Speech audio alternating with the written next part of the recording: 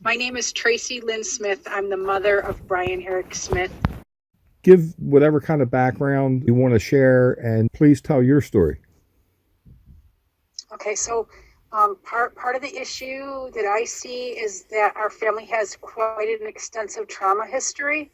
My mother had her own mental health issues and addiction issues, and her family, my grandparents were good people. I just think they didn't quite know what to do back then. You didn't talk about things like that. So that's the family that my children and Brian were born into, which Brian's my son, but Brian and my other two children were born into that situation.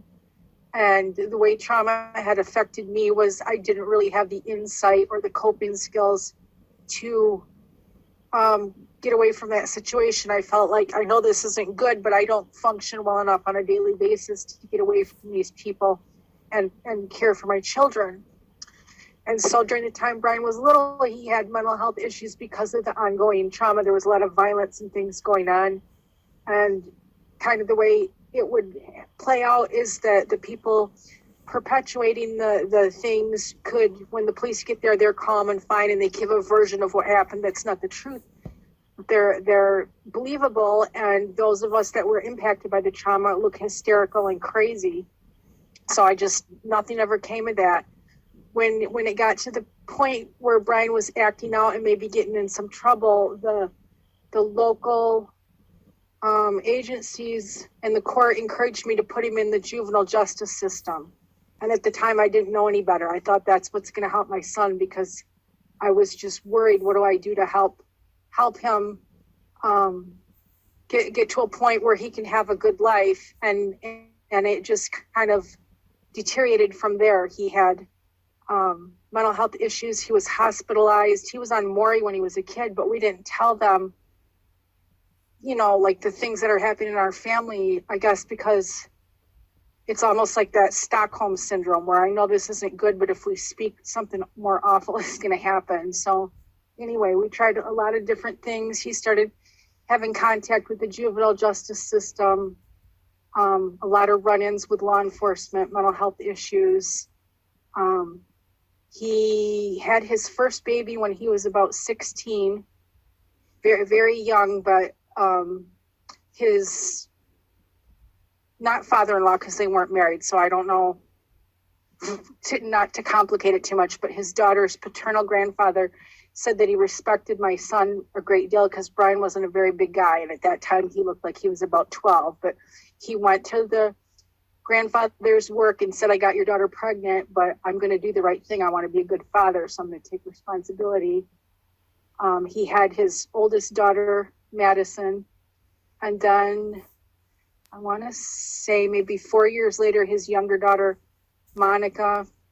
Monica had a younger brother that Brian also acted as a father to, like bought diapers, did the things a father would do.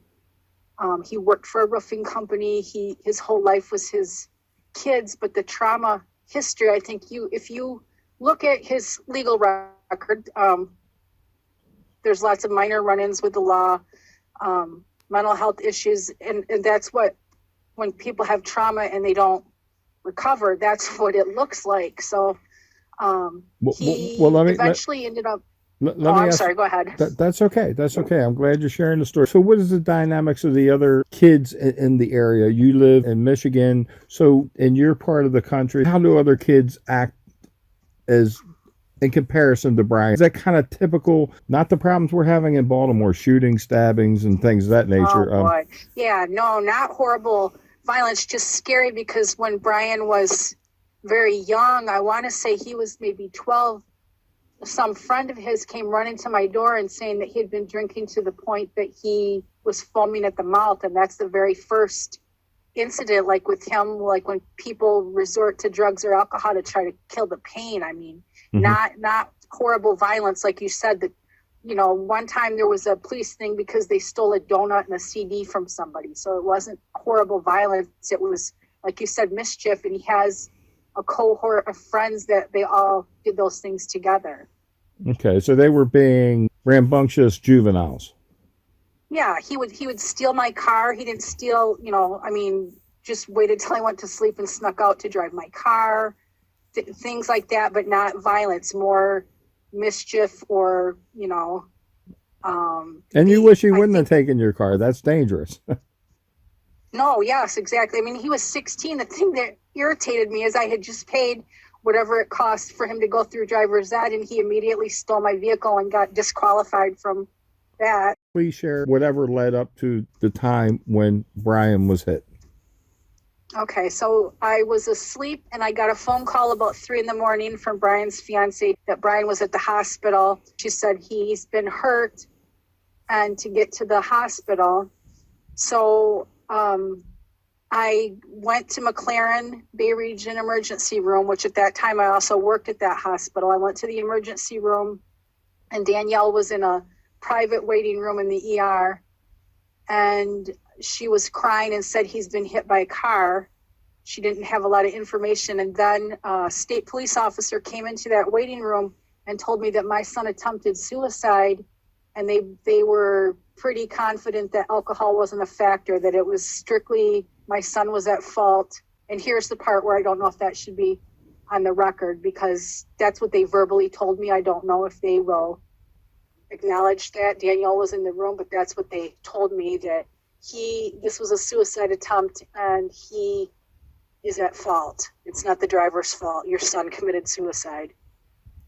Well, I think that you're allowed your own opinion. So, in your opinion, you disagree with what you were told. I don't, I don't see where you would have any. I'm not a lawyer, but Right. I think you're Right. entitled Well, to share any kind of information that you want to share. You don't have a gag order against you or anything. So, I right. don't see where that this would be any kind of problem. The problem that you are having is that you are coming up on a deadline from what you shared online, and that the police are not furnishing you with information about what happened, and you had shared online as well that they have not done a proper investigation. Correct. That would make anyone pull their hair out. Well, yes, because Brian had children. I mean, in the 2 years since this happened, I deal with suicidal people in my family on a daily basis because it's the compound of what happened to Brian, but then kind of having our noses rubbed in the fact that nobody cares. It's just closed and don't talk about it anymore because we're not going to look at it or listen to you. I wouldn't say that no one cares. I think there's a lot of people. No, that's the way it feels, that nobody, we've been begging them and they won't listen or do anything. Someone's mother was killed 30 years ago. The police have not done a DNA test yet, and the family wanted one, but they are like holding things up. Well, 30 years later, you have a lot of different investigations and everything going on. You might be busy, but don't you think it's about time to do something for this family and have that DNA test done? The woman that I spoke with felt that she had it narrowed down to two people that it could be. I don't understand why that is, and I shared with you that there's a lot of crazy things that happen with the police. That's one of the crazy things in this area that has happened. Why the police would not want to resolve that issue is beyond me. And then another person had contacted me. Their sister had disappeared, and the police weren't exactly doing everything the way that they would have liked as well. So, there is a lot of different things that happen with the police. A friend was threatened with a gun and had a heart attack, and the police aren't exactly handling things the way that family would like in the Baltimore area. And two of those incidents happened in Baltimore County, and the other one was in Baltimore City. So we have our share of problems here too, and putting a little pressure on the police and also shining a light on what's happening is very important. So that's what I'm trying to do with this interview right now. Okay. In your heart, what do you feel may have happened? The night that this happened, Brian, and I have those texts on my phone, had texted me earlier. His fiance that he lived with, they were arguing, and he asked if he could come stay with me, and I said yes. So the night this happened, he had been out, and he and his fiance were arguing, and the police used a statement, an inflammatory statement that Brian made during the argument, like, if you don't stop, I'm gonna do something, as evidence basically that he was suicidal. I don't believe that for 1 minute, because all of us in the heat of an argument might say something inflammatory. That doesn't mean we have the intent to act on it. And any time in the past that my son was struggling, where he was in crisis, he always contacted me. He never, didn't contact me. We kind of had that pact that it doesn't matter what time or where you are or what's going on. If you feel like you can't keep yourself safe, all you have to do is call or text and I'll be there. I didn't get that kind of text from him that night. I got a text that said, we've been arguing and I might need to come stay with you. When people are, I work in mental health. When people are suicidal, they don't make arrangements for a place to live. They get rid of their stuff. They get rid of their stuff and withdraw from people. That's not the behavior I saw in my son before this happened. So part I have my nose rubbed in it. I don't have a degree.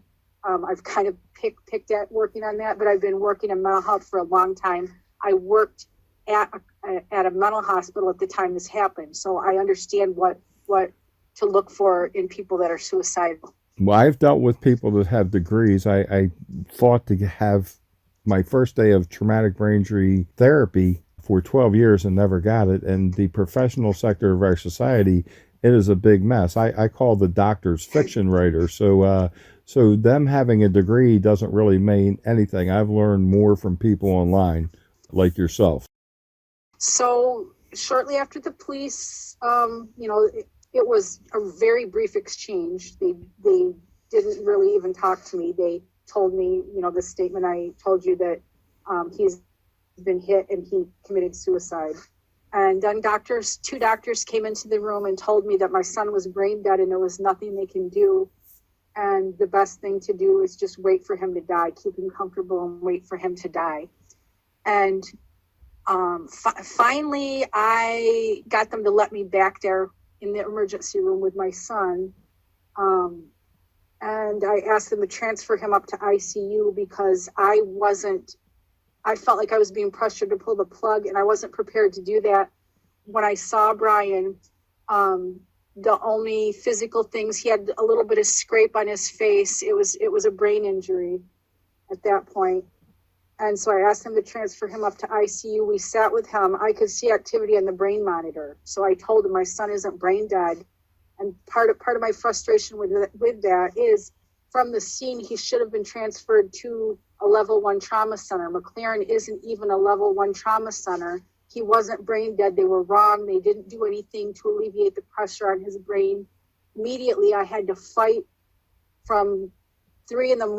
until 10 o'clock the next, later that day, to get him airlifted to Henry Ford. That they kind of gave him a death sentence. There's something I came across called a slow code, where if you feel people, and that's what they kept telling me, he won't have quality of life. And I was angry that that's not your determination to make. Like, if he can recover, let's see what's possible.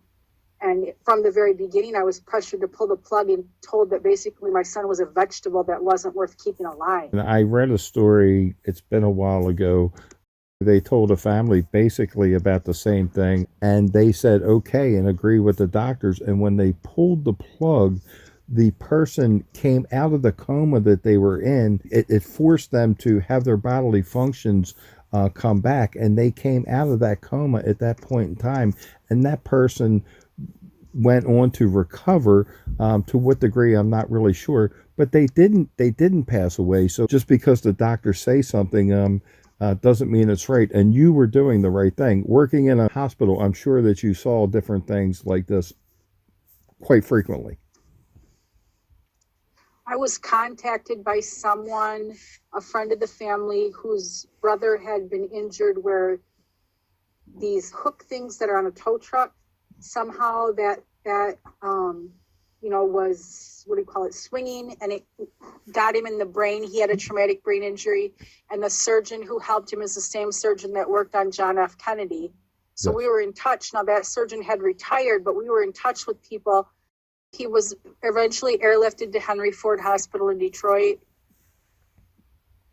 They initially did the procedure to relieve pressure on the brain, and he was on pain meds. So each time they tried to bring the pain meds down to see if he would wake up, his vitals would spike. Like that was, a lot for him at that time. So I want to say the second day he was there, they had a meeting and said he's not making progress. We're going to have to transfer him out of here. And I said, like, he was run over by two cars. He has a traumatic brain injury. And I feel like stalling things at McLaren really helped, give him a death sentence, basically. But here we are a couple of days later. And I said to the doctors, you're not going to dump my son in a shithole nursing home. If I have to take him home or whatever and take care of him. But just I felt like they were talking down to me. That just because I don't agree with them, I must be stupid and I don't understand what they're telling me. Well, no, that's not true. I can understand you. I just don't agree with you. But Brian developed sepsis and pneumonia, and his organs were being affected. I mean, at the time we did eventually let him pass, it was because now the damage to his whole body is there. Originally, this was a brain injury, but just forced having options not available. I feel like he went into sepsis, and there was a lot of. He was more injured. He was at that point injured by the poor hospital care. That's my opinion. Yes, I understand, and I just talked to a lot of different people. So I spoke to a woman from Florida. Her son had a traumatic brain injury, and she had to fight with the hospital staff the same way that you're talking about, and they did not. They said that he was okay, and then the next thing you know, he had blood. I believe it was blood coming out of his nose, maybe his mouth, and his brain was swelling. And because they didn't do, this is the mother's feeling, because they didn't do what they were supposed to do, or what she felt they were supposed to do, that caused severe brain damage, and her son is having a lot of problems. The state has taken custody of her son, so it's a big mess, and they are trying to hide their incompetence as well. So this does happen. Things like this happen every day, and I'm sorry it's happened to your family, but I'm glad you're sharing your story, and hopefully it'll help someone else in some way. I guess, at the time, when he first was taken to McLaren, I was in shock. And another thing I would tell families is make sure if your loved one has a traumatic brain injury and the hospital that you're at is not a level 1 trauma center, make sure you demand that they get your loved one to someplace that is, because I feel like that holdup from 3 a.m. until 10 o'clock the next day with no real care because they told me he was dying, that he was already brain dead, when that wasn't true. That definitely didn't help things. Right. Well, it's typical for doctors to get the whole brain injury wrong. So a lot of times people go to a hospital and they don't even diagnose them with brain injury, and they send them home, and they get it wrong all the time. So I fully understand what you're talking about. Michigan is a no-fault state. Brian's children should have had rights under the no-fault laws, and if the county is at all responsible, which the road wasn't plowed, I mean, without an investigation or an attorney, somebody that could look at our rights, how applicable that is, I don't know. But the deadline for being able to hold the county or law enforcement for the way the investigation has gone, that deadline is coming up, and that sort of bars his children from recourse, because we haven't been able to find a single attorney that can assist with that because there's no police report.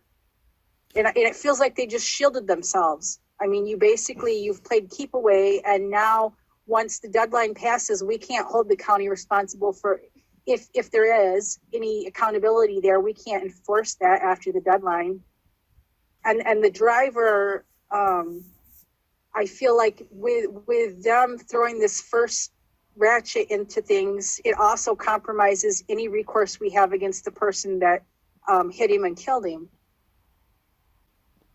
We've been in a loop for 2 years of reaching out and being redirected back to Bay County, which has never once, aside from that evening on January 14th, 2018 in the ER, we've never talked to nobody's ever talked to us since then. Wow. So they talked to M Live and basically blamed my son for his own death. So that's ironic to me that you could find time to talk to M Live, but you can't talk to the family of the person who was killed. Well, that is a problem. The news reporters get the information from the police department and also politicians. And a lot of news organizations out there, they will cater to their friends, the police departments, and also politicians as well. So that is a huge problem. That very much seemed, if you look at the link of the M Live, what they reported, it sounds like that to me because they had no questions about the way this happened. That is odd to us. We had a lot of questions, but the reporter took the information from the police department and reported it as though that was a fact. It wasn't a fact, that was their opinion. And it was a bizarre opinion considering, for the family to know more about what happened. The night Brian was out trying to walk home, more than one of his friends saw him out walking and asked if he was okay or needed a ride. And he said, no, I'm fine. I'm just, walking or whatever. And they managed not to kill him, but they also weren't drunk or drinking. I don't know the person's blood alcohol level. I know that it was acknowledged that alcohol was a factor for the driver, but since we've never seen anything, we don't know. Well, you also try to gain access to the reports as well. Yes, nothing. As soon as they find out that Brian walked from the bar, that's it. Then he should be dead. And someone else commented that if the person that hit him would have also walked instead of driving drunk, maybe they'd both be alive. Yes, well, people walk home from bars every night. That's not a crime. Right. And he was walking on the road, but I can try to take a picture of that area for you, but it's a rural road that there's no sidewalks. And I don't even know that it was plowed because, the impact it had, I've still never been to the site where my son was killed, but I know what the road looks like ordinarily when it's snowy and there isn't anywhere else to walk. So is there anything else that you would like to share to wrap the interview up? For your perspective being a traumatic brain injury, I would just, again, encourage people, if your loved one has a traumatic brain injury, to make sure that you're dealing with people that like a level 1 trauma center or places that deal with that often, because I still feel like for Brian that helped.